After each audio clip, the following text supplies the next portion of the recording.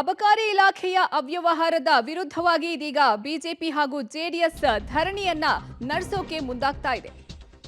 ಅಬಕಾರಿ ಇಲಾಖೆ ಅವ್ಯವಹಾರದ ವಿರುದ್ಧ ದೋಸ್ತಿ ಸಮರ. ಸಚಿವ ಆರ್.ಬಿ. ತಿಮ್ಮಾಪುರ ರಾಜೀನಾಮೆಗೆ ಆಗ್ರಹಿಸಿ ಅಹೋರಾತ್ರಿ ಧರಣಿ ನಡೆಸಲು ಬಿಜೆಪಿ ಜೆಡಿಎಸ್ ನಿರ್ಧಾರ.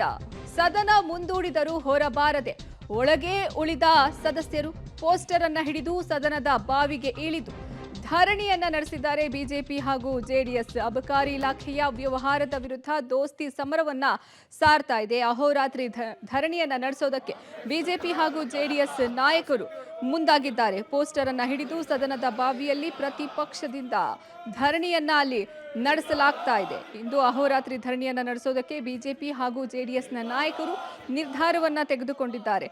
ಸದನ ಮುಂದೂಡಿಕೆ ಆದರೂ ಸಹ ಹೊರಬರದೆ ಒಳಗೆ ಸದಸ್ಯರು ಉಳ್ಕೊಂಡಿದ್ದಾರೆ. ಇನ್ನ ಆರ್.ಬಿ. ತಿಮ್ಮಾಪುರ ರಾಜೀನಾಮೆ ಕೊಡಬೇಕು ಅಂತ ಹೇಳಿ ಪಟ್ಟನ್ನ ಹಿಡಿದಿದ್ದಾರೆ.